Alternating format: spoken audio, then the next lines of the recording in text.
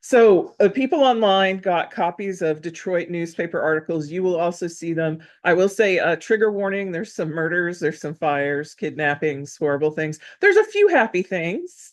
Um, there's a gay pride parade. I know of, yeah, yeah.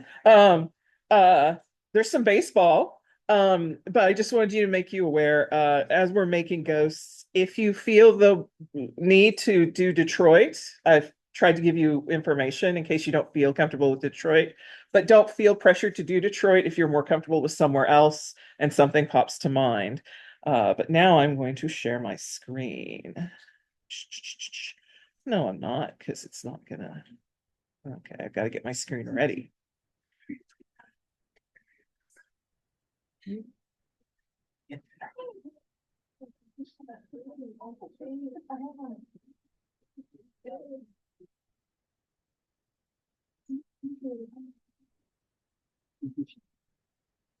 There we go.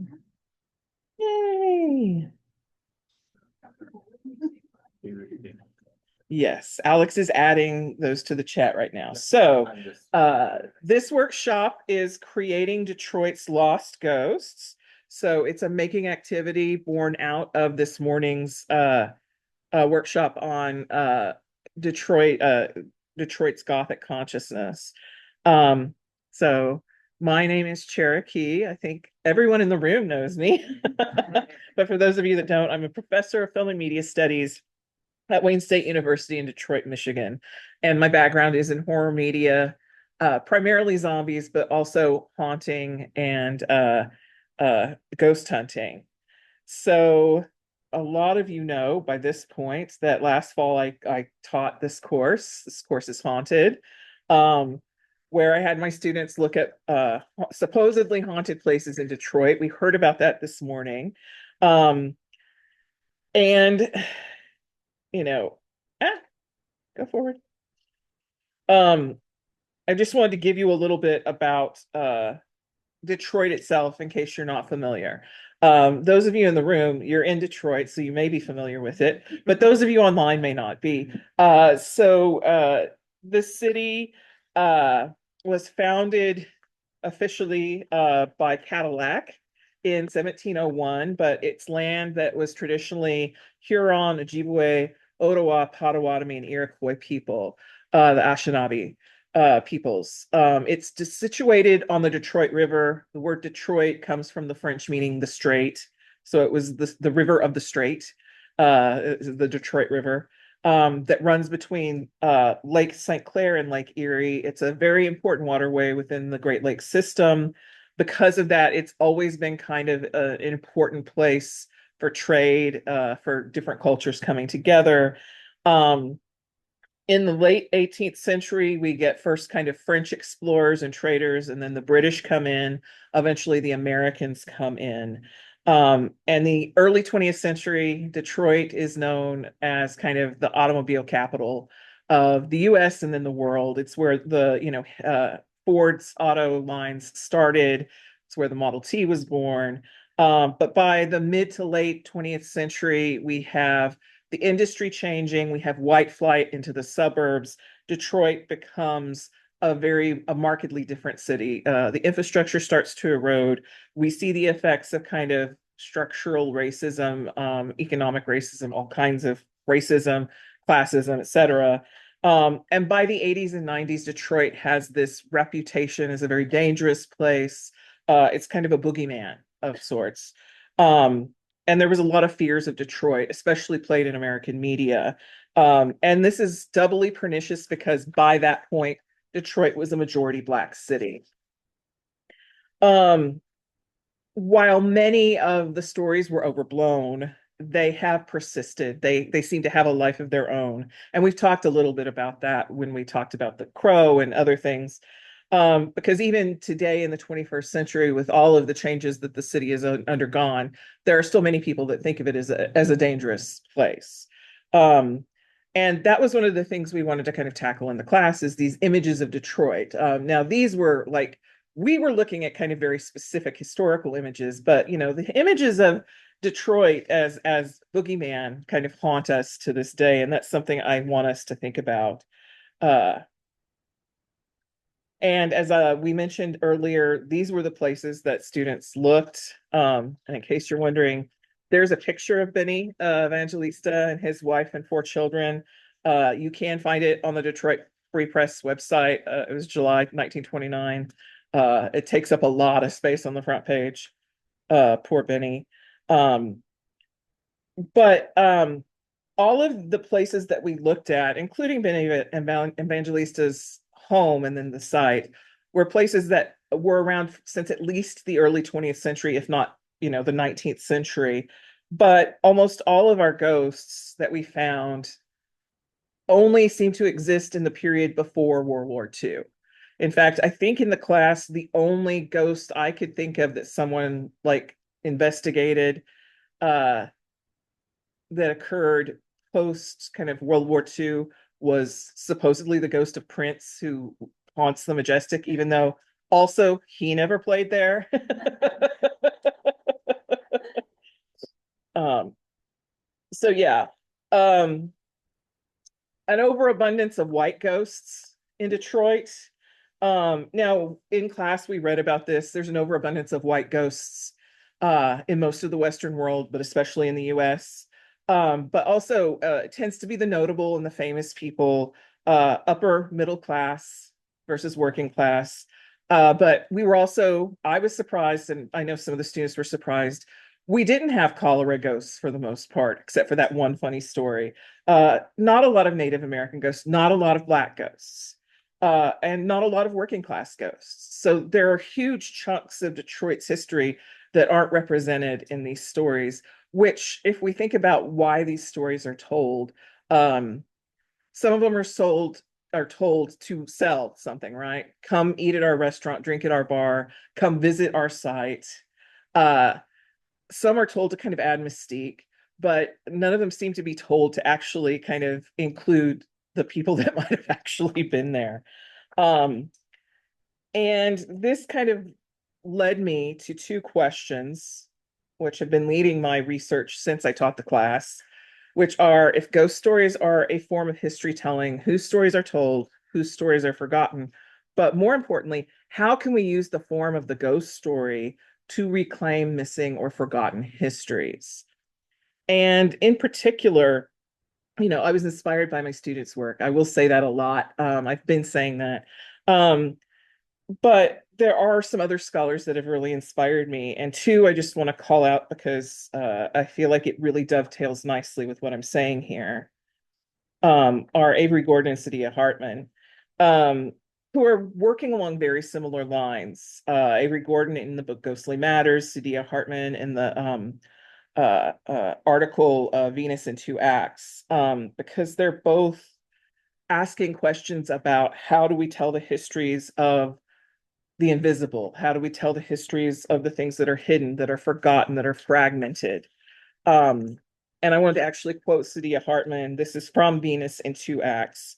And she's struggling with how do you write the histories for people who aren't in the archive or only there in traces or fragments. And she writes, quote, by playing with and rearranging the basic elements of the story, by representing the sequence of events in divergent stories and from contested points of view, I've attempted to jeopardize the status of the event, to displace the received or authorized account, and to imagine what might have happened, or might have been said, or might have been done. End quote. And so that got me thinking along the lines of creating kind of like oppositional ghost stories of the lost, ghost stories that can kind of push back. Um, they can stand alongside the stories that are fun and popular, and yes, Prince is at the Majestic or whatever. But also they can reclaim some of the past of Detroit, especially for the forgotten or the misremembered or the unremembered. Um, and so, this morning we did the kind of quick exercise of how would we do this with Houdini? How might it look to craft Detroit's Gothic consciousness with Houdini? But now I want us, instead of like using someone who is famous and white and made to maybe think through some other ghosts or some other places. I want to recuperate some of Detroit's lost ghosts. Or again, if you're not feeling Detroit, where a place, a space, or people or, a culture that speaks to you. But for those of us that want to do Detroit, um, you know, who should be haunting this city is, I think, an interesting question. Or what are the places and people we shouldn't forget that we want to make sure, continue on. Um, and again, if you're not familiar with Detroit, I think, I've got these news stories. Maybe you'll see something on one of those pages and you're like, yeah, that person should be a ghost, or wow, that advertisement is interesting. I wonder who would have worn those clothes. Uh, or again, pick a place you're familiar with. But uh I will say I got weird with the newspaper. I did a lot of October stuff for some reason, but yeah, there's a lot of murder. I will just warn you now, there's a lot of murder. Um, but I also did include a ghost that I think is slowly being forgotten, which is Jimmy Hoffa, who was very important to those of us of a certain age.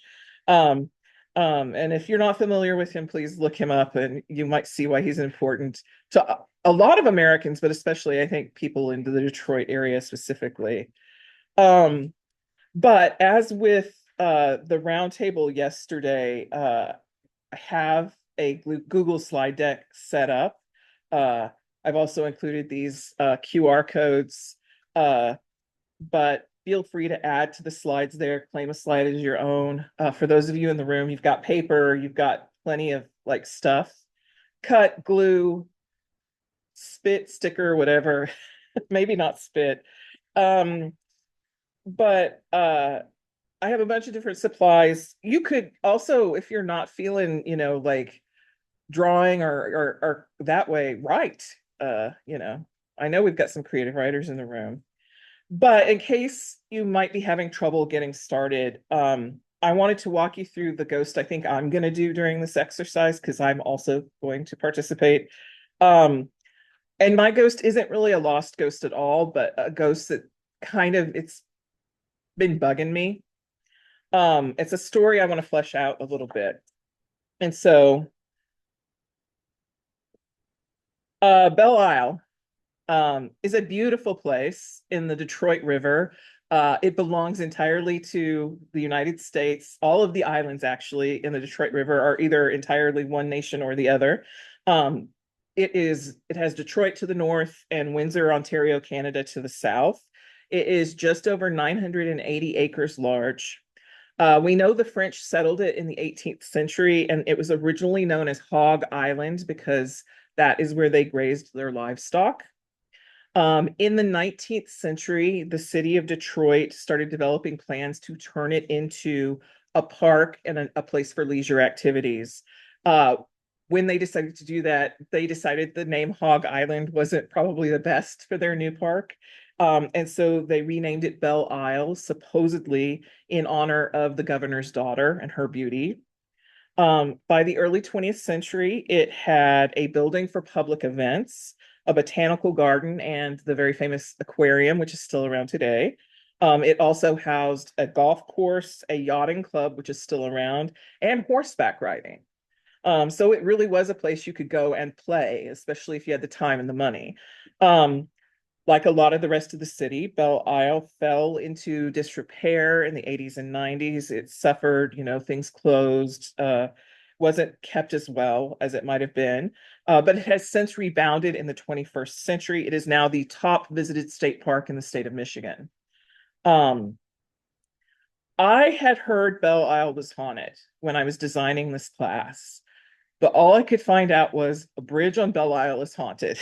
And I'm like, there are a bunch of bridges on Belle Isle. There's cute little ones. There's one you can drive over. There's walking bridges. Like, you got to give me more. And you got to like, what kind is it? A bridge troll? Like what? Like how is it haunted? I could not find anything, and that's one of the reasons I didn't use it in the class. Other than it was also a little far. Like Elmwood is far, but like Belle Isle is even further away from campus. So I was like, okay, not going to include it in the class, but it stuck with me. Um, I just happened to be poking around the Walter Reuther Library's archives. We have a wonderful folklore archive, which some of you learned about last night. Um, and I found something collected by a Wayne State University student in 1969. And it's a classic lady in white ghost story. And these lady in white stories exist around the globe. These are women, often dressed in white, sometimes gray.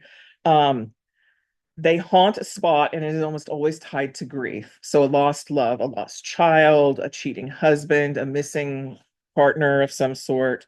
But often the search for lost love is what kind of motivates these ghosts. Our Lady in White is the apparition of a woman in white who appears near Tanglewood Bridge on Belle Isle, supposedly around midnight. Um, there are two different stories to this. So wait a second, did I? Yeah. Um, one is she is the mother of a young woman who died in a car accident near the bridge. The other version is she's a woman who was murdered near the bridge. Uh, Some versions of the story say if you drive on the bridge around midnight, she'll knock on your windows trying to lure you into the woods. Other versions say that you park on the bridge and you honk 3 times and she will appear. So, not a lot to go on. Um, and it goes in very different directions, right? I mean, there's death involved and mourning, but in some she seems a little more like vengeful. I'm gonna lure you into the woods, and in others she's just a tragic figure to kind of behold. Um, and thinking about the story, the thing that really struck me is like she's another lady in white, and I've been grappling with these ladies in white for a while now, because again, they do appear literally around the world. Um, and I'm just kind of fascinated by the sheer number of grieving women that we imagine roaming the earth, and how this grief is always tied to traditional conceptions of femininity, right? It's your role as a mother, as a wife, as a girlfriend, as a potential lover.